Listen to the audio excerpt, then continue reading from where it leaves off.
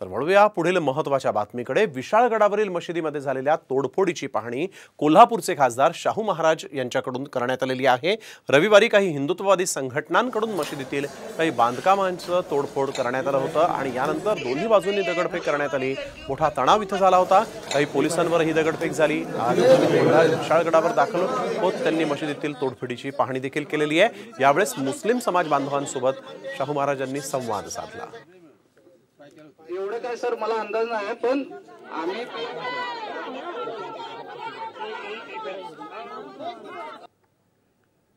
इथे माझी मुलं शाळेत कोकणात मुलांबरोबर गेलो होतो। माहिती पडलं असं झालं। माझं तिथं घर मोडलं।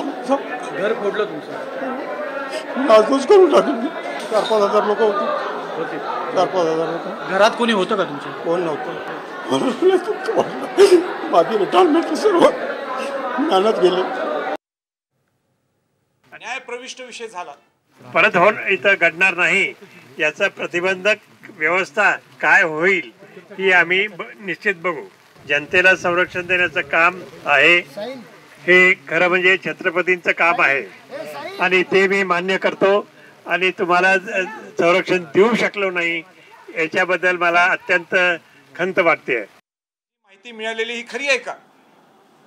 आणि ती माहिती अशी होती की 158 जे अतिक्रमण आहेत दोन्ही धर्मातले आणि ज्याच्यात तुम्ही पूर्वीच्या तत्कालीन जिल्हाधिकारी निर्देश दिले होते त्याच्यावरचं नेमकं हा न्यायप्रवेश विषय आहे का?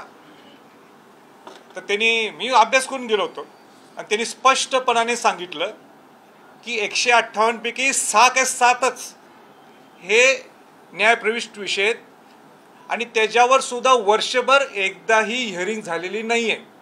म्हणजे हिअरिंग सुद्धा होऊ नये म्हणून लोकप्रतिनिधींनी काय प्रयत्न केले हे त्याच्यावर तुम्ही समजून घ्या। प्रशासनावर किती दबाव टाकला।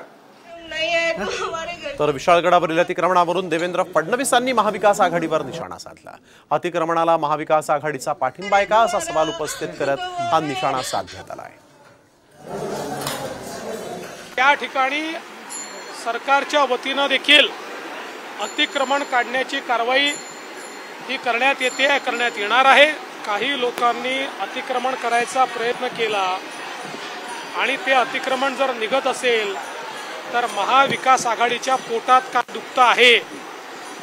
आता महाविकास आघाडीने हे स्पष्ट केलं पाहिजे ते छत्रपती शिवरायांच्या बाजूने आहेत की त्यांच्या गडावर अतिक्रमण करणाऱ्या आणि हिरवे झेंडे लावून मिरवणाऱ्यांच्या पाठीशी आहेत।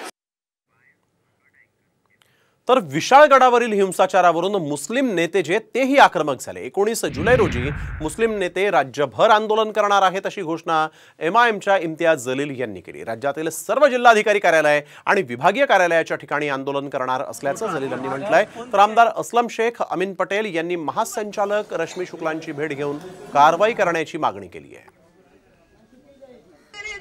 हे फक्त मुस्लिम समाजाचा इश्यू नाही आहे।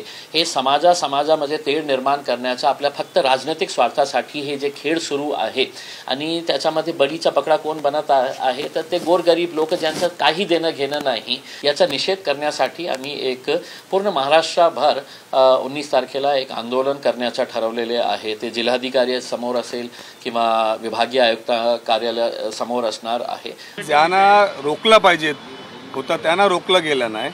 आज जे पाहणी करण्यात जात आहे त्यांना रोखून काय म्हणजे तुम्हाला आहे कुठेतरी मला असं वाटतं की जे आता निवडणुकामध्ये या राज्य शासनाचा आणि ते जे त्यांचा निकाल आलेला आहे ते कुठेतरी मला वाटते त्याच्यात हे पण त्यांचा एक उपयोग होऊ शकतो असं नाकारता येत नाही, पण हे योग्य नाही।